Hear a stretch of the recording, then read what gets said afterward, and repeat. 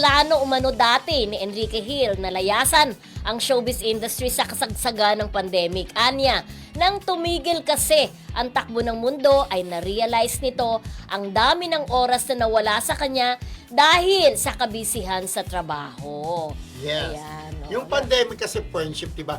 Wala pumapasok din na trabaho kay Enrique. Halos lahat ng artista, nandun lang siya sa bahay. So, unlike dati, for 12 years, minsan talaga, wala na siyang time sa kanyang pamilya, sa mga kapatid niya, sa mga magulang niya. So, this time, parang eto na yung time na pahinga na muna ako. Parang this time naisip niya na, ayoko na mag-showbiz. Mas gusto ko na magpo-focus ako sa pamilya ko to be with them. Oo, pero para sa akin lang yung iba din yung basa ko dyan. It has something to do with his relationship with Liza Soberano, 'di ba? Kung matatandaan mo sa maraming pagkakataon din na nakakausap natin si OG Diaz, merong mga ino-offer sa kanilang dalawa pero hindi nila tinatanggap. Doon sa part ni Liza, kaya pala niya hindi tinatanggap dahil marami na siyang kumbaga marami na siyang agam-agam sa kanyang showbiz career, 'di ba? Parang gusto niya nang makawala sa love team. Pero friendship ang isa rin sa reason sa pagkakaalam ko, takot sila that time nung kasagsagan ng COVID. Kasi, 'di ba, hindi ako nakakamali. Meron silang show. Yung Make It With You ba yun? Yes, hindi na tinuloy. Hindi nila tinuloy. Sila na mismo, hindi natapos yung serie actually.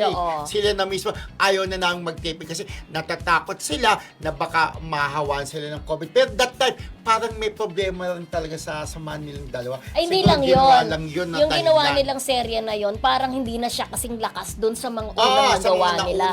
May mga isyong ganun. Correct. Kaya parang medyo nandun din sila sa kanilang yung medyo ganun din yung kanilang. Winaway nila.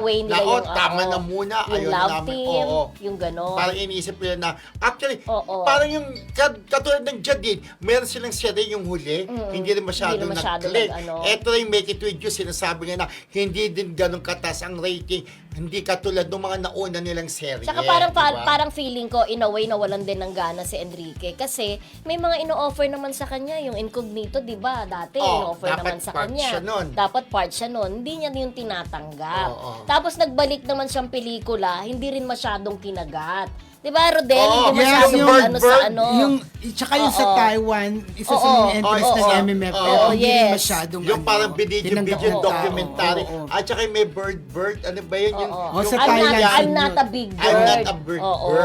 Sa naman yun, sa Thailand naman yun. Hindi Parang in a way, medyo nagwo-worry talaga din siya that time sa kanyang Tsaka mataba kasi siya, dapat nagpapayat siya. That time. Oy, okay na siya ngayon. Yan ang gwapo niya. Meron silang, kung serie, movie ni Piolo Pascual, ang gwapo ulit ni Enrique. Naalala ko dati. Metro Manila Film Festival. Manila's finest. Naalala ko dati, nagpunta kami ni Ray Pumali, kasama siya doon. Yung serie ng Lisken, sabi ni Ray Pumali, ay, ang gwapo pala ni Enrique. Parang Gabby Concepcion yung noon. Oo, bakit? Hindi nakapokus sa'yo ang... Ha? Hindi na ako po sa kanyang camera. Okay lang, tuloy ka. Sa ganito, go. Di ba yung parang actually, isa si Enrique sa pinakagwapong young actors ngayon, di ba? Ang ganda ng mukha, ang puti. Actually, type siya nung isang komedyante. Okay. Na type siya. Yeah. Okay. Ayaw bagay kung sino siya. Tsaka yung naging guest natin dito, si Pearl Gonzalez, di ba? Si Enrique ang type niya. Type kasi puti-puti at kinis-kinis. Kung doon ako nagkakamali, si Enrique po ay may lahing Espanyol.